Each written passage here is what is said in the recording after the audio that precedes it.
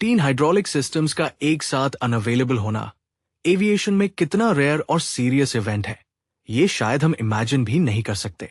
4 अगस्त 2006 को air India का A320 neo flight 2379 Phuket से दिल्ली ऑपरेट कर रहा था। फ्लाइट के दौरान एयरक्राफ्ट ने suddenly approximately 300 feet altitude lose किया बिफोर रिकवरिंग, और इंसिडेंट के बाद मीडिया में क्वेश्चंस उठने लगे और ब्लेम पायलट पर आने लगा। लेकिन एक मिनट, क्या हम एक्चुअली जानते हैं कि कॉकपिट में उस मोमेंट पार हुआ क्या था? एयरबस ने DFDR डेटा एनालाइज करके जो प्रीलिमिनरी सीक्वेंस रिकंस्ट्रक्ट किया, वो एक बहुत डिफरेंट पिक्चर दिखता है।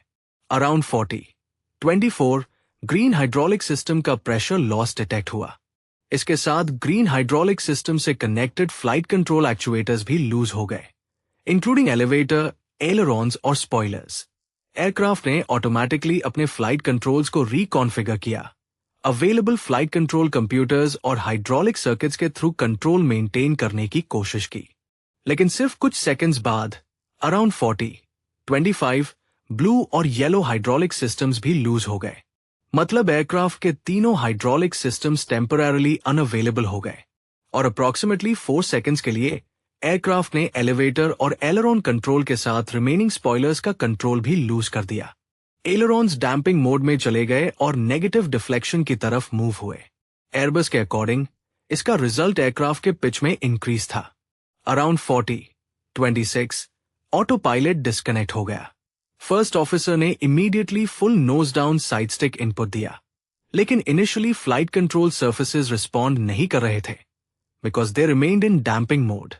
फिर around 31 blue hydraulic system recover हुआ। शॉर्टली आफ्टरवर्ड्स येलो और ग्रीन हाइड्रोलिक सिस्टम्स भी रिस्टोर हो गए। जैसे जैसे हाइड्रोलिक प्रेशर वापस आया, affected flight control surfaces progressively available होते गए।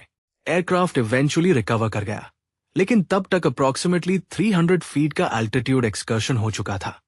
अब यहां एक बहुत इंपॉर्टेंट पॉइंट है। ऑल 3 हाइड्रोलिक सिस्टम्स का ऑलमोस्ट साइमल्टेनियसली अनअवेलेबल होना एक्सट्रीमली रेयर है, और इसी वजह से इस इंसिडेंट को समझने के लिए डिटेल्ड टेक्निकल इन्वेस्टिगेशन बहुत इंपॉर्टेंट है।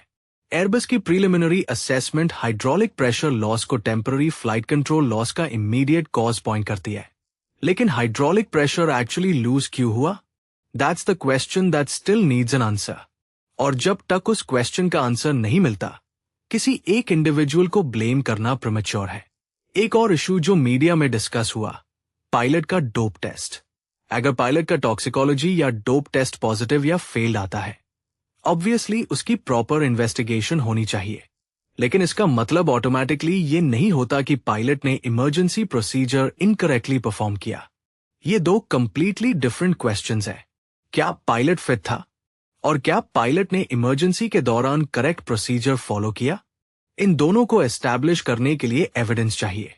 DFDR data, CVR, aircraft systems analysis, hydraulic system behaviour और फ्लाइट कंट्रोल रिस्पॉन्स, सब कुछ एनालाइज करना पड़ेगा, because correlation is not causation. और एविएशन में किसी इंसिडेंट का आंसर यूजुअली एक हेडलाइन में नहीं मिलता। ह्यूमन फैक्टर्स भी है, एयरक्राफ्ट सिस्टम्स भी है, हाइड्रोलिक्स भी है, मेंटेनेंस भी है, ऑपरेशनल फैक्टर्स भी है।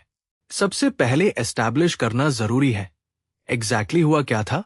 अकाउंटेबिलिटी जरूर होनी चाहिए, लेकिन अकाउंटेबिलिटी और मीडिया ट्रायल दोनों अलग चीजें हैं। मीडिया ट्रायल से पहले इन्वेस्टिगेशन, ओपिनियन से पहले फैक्ट्स, और ब्लेम से पहले evidence. Because a pilot should not be judged bye a headline. A pilot should be judged by facts established through a proper investigation.